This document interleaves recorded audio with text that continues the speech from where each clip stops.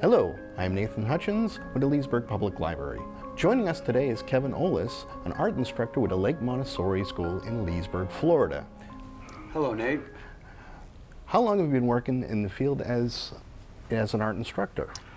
I have been a teacher for over 30 years. I worked in Illinois public school system for 20, and then I went and worked with the Illinois Arts Council for another 10 years, servicing over 200 schools with an artist in residency program.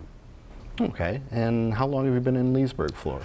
I relocated to Florida about 2 years ago and opened a gallery in DeLand, and then went back to teaching this past August with Lake Montessori School.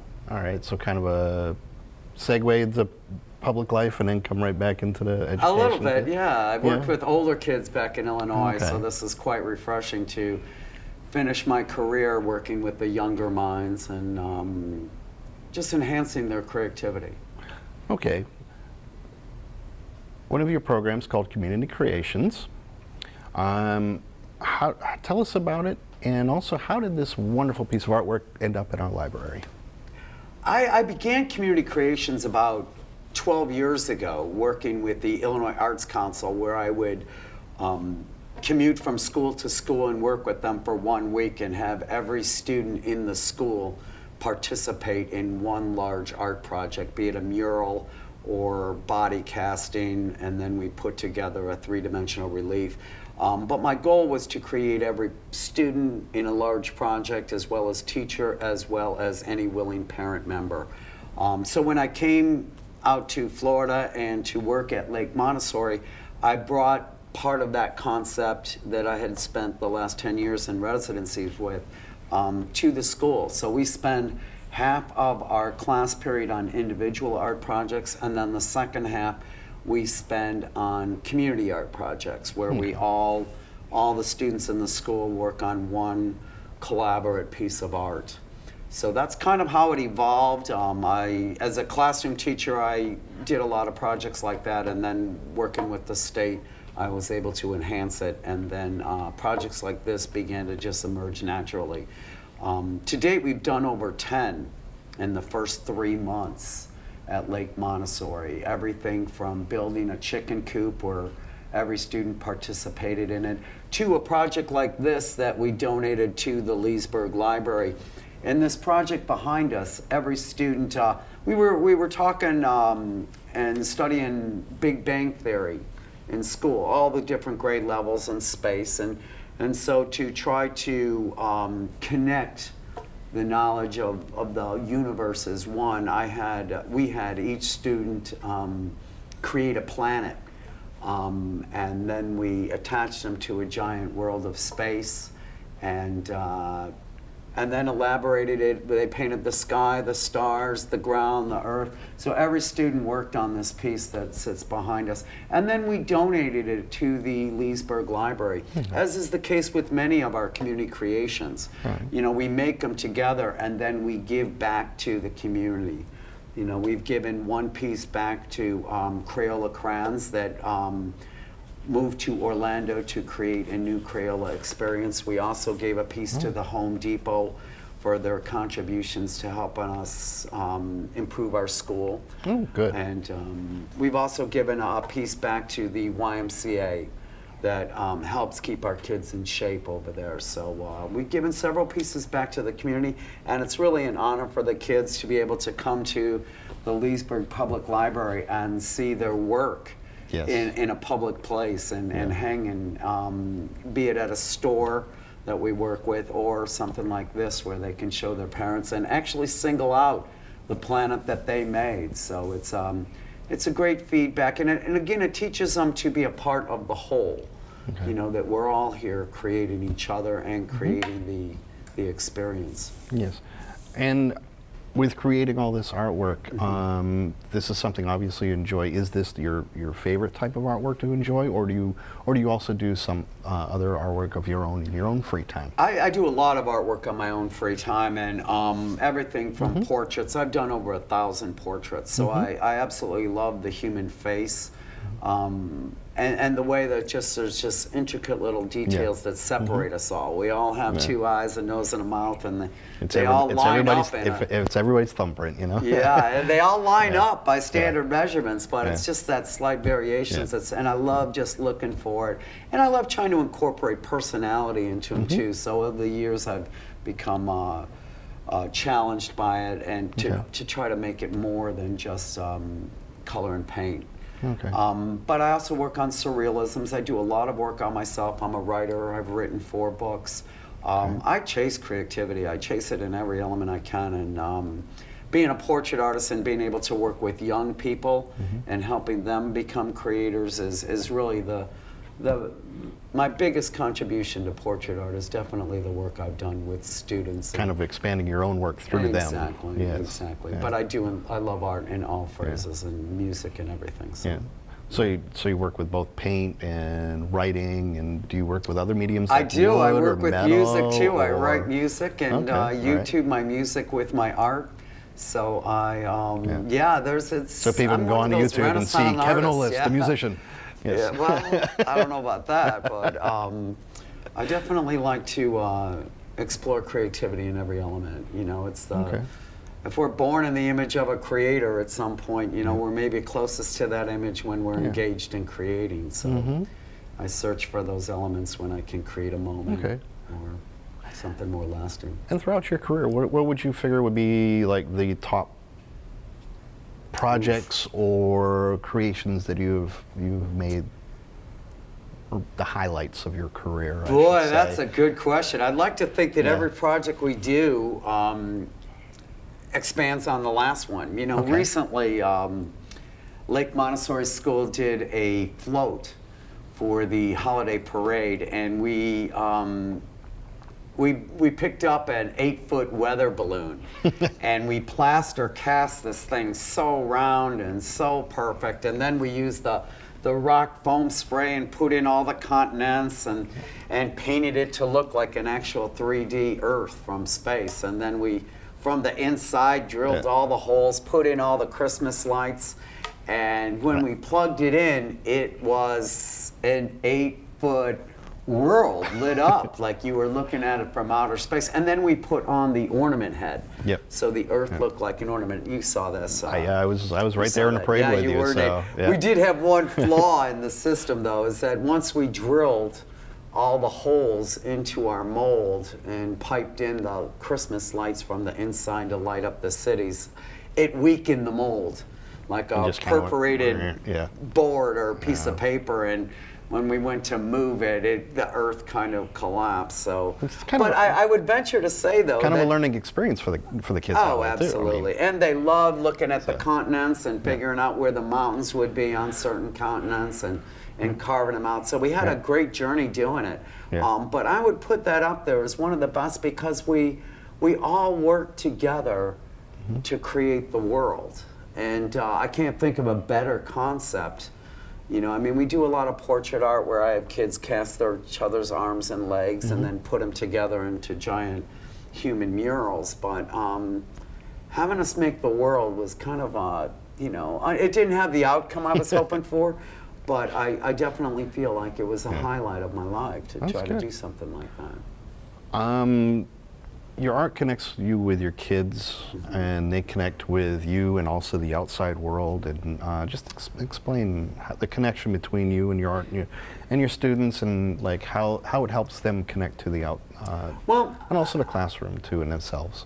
Yeah, art has many voices, and universal at that. I think that one of the great things about art is that it allows us to have that individual freedom to sing our own song, be our own person. And the other nice thing about art is that we can see each other in the role of a creator and a co-creator.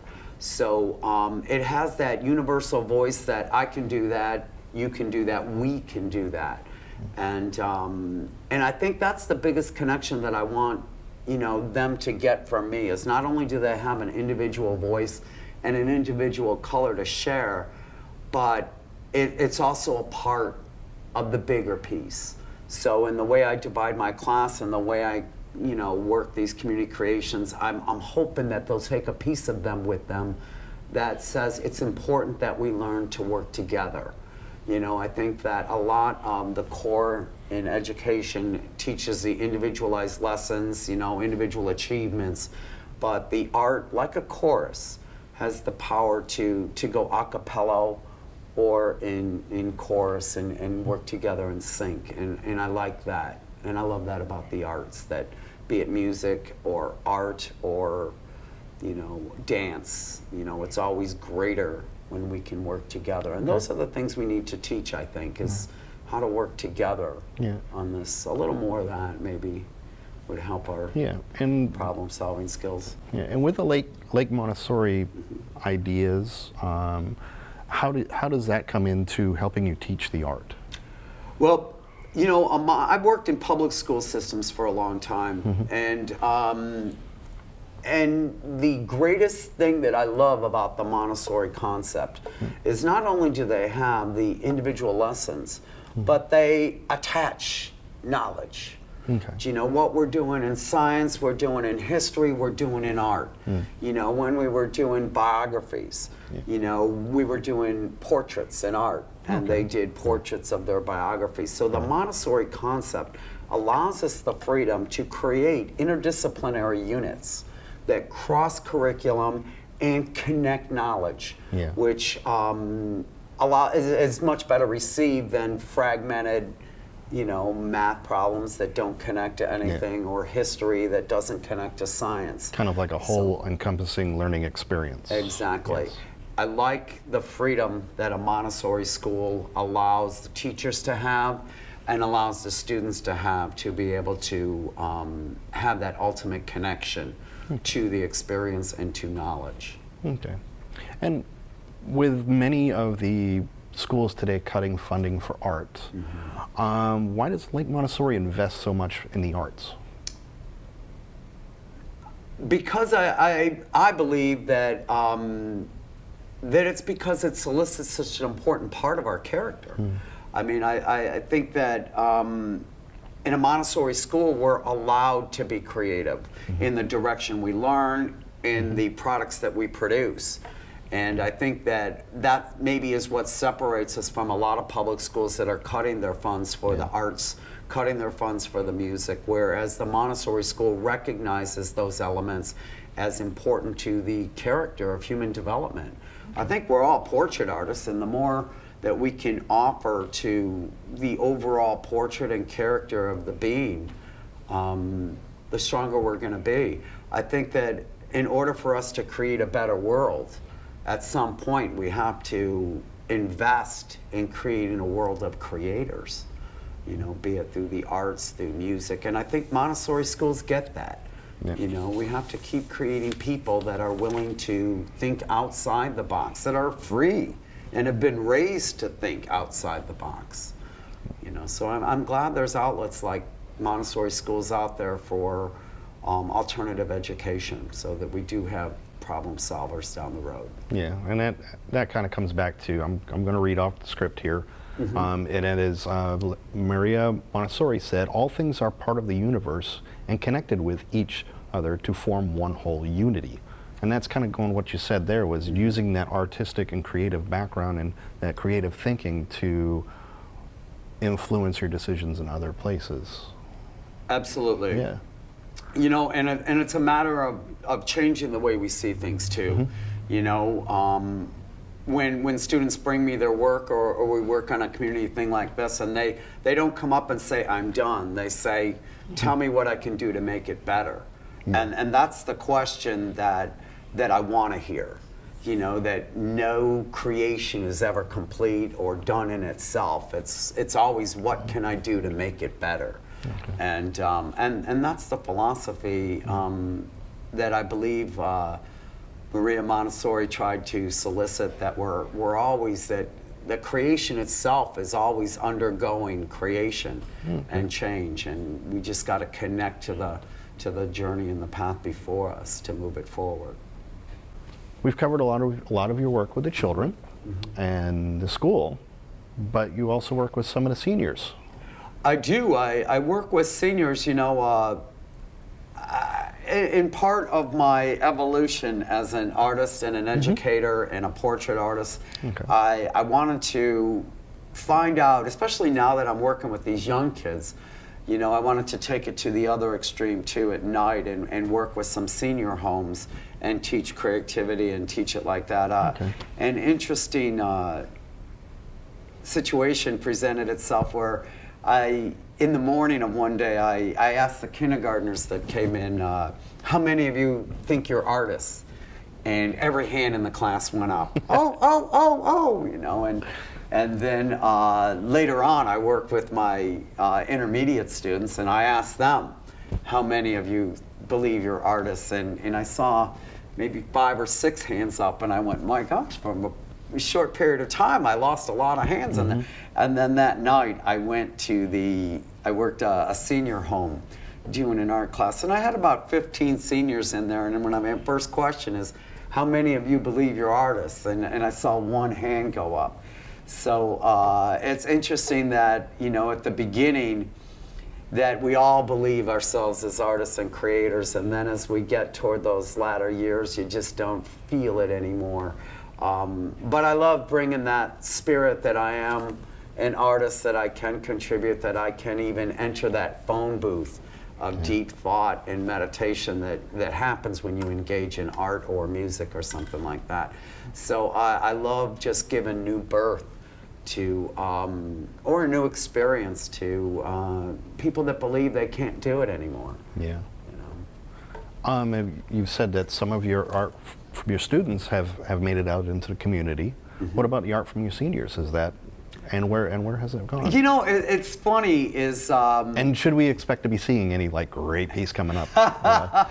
We haven't gone community creations with my seniors, but Okay.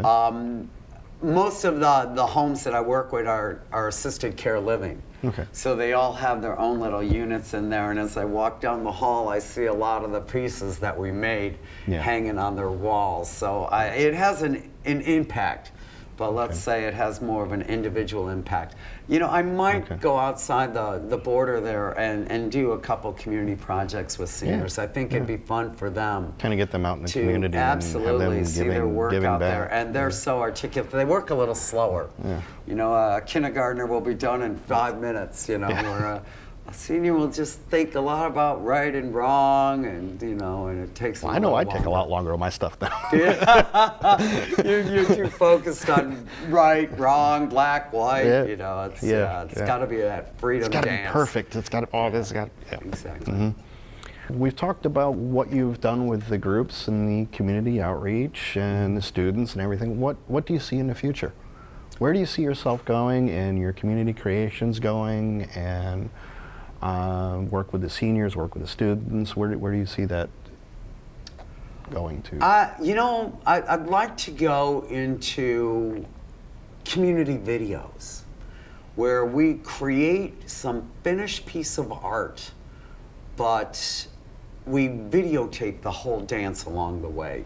So many of these projects end and people see the end results, but they don't actually see the dance. Yeah. They don't see parents working next to kids and kids working next to kids, and so I would like to share that, you know, it's and kind of like share a reality type program then, with creating the art rather than. Yeah, but I would like to finished maybe, Yeah. I don't know about a regular TV show. That's a lot of creating a lot of different communities. Although I think we could do it. I think I just want to record the dance. I want to record, you know, Jackson Pollock said that the art was in the making of the art, never the product, you know. And he when he splattered the paint on the canvases, he danced through it, he moved through it, and that was the art, watching that happen. And I think that in the same voice, I want to, if I could take, you know, these community projects to a higher level, it would be to bring the awareness to that it really was a community that created this. Kind of like along the lines of like a performing art. Yeah.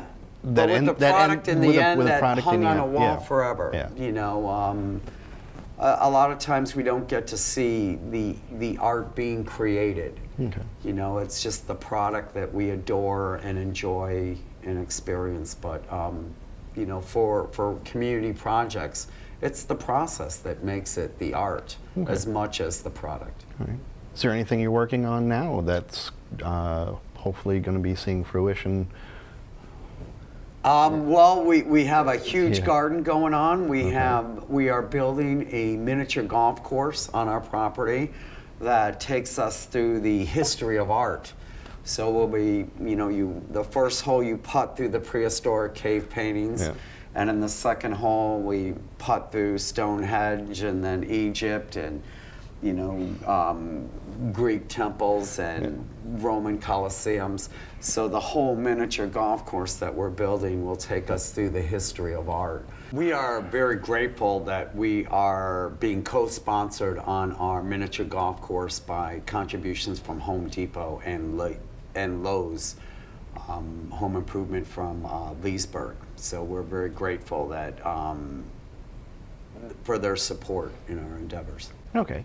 And to see any of your artwork, we go to Home Depot here in Leesburg. The DeVary's YMCA has a piece. And of course, here at the Leesburg Public Library, you can come and see this wonderful piece. And it's down in the teens room downstairs. It's in the Glaston room. I'd like to thank again Kevin Olis for joining us Thank you here very at the much for Leesburg having Public us. Library. And please join us and check us out on Facebook, Twitter, or come right into the library and check us out.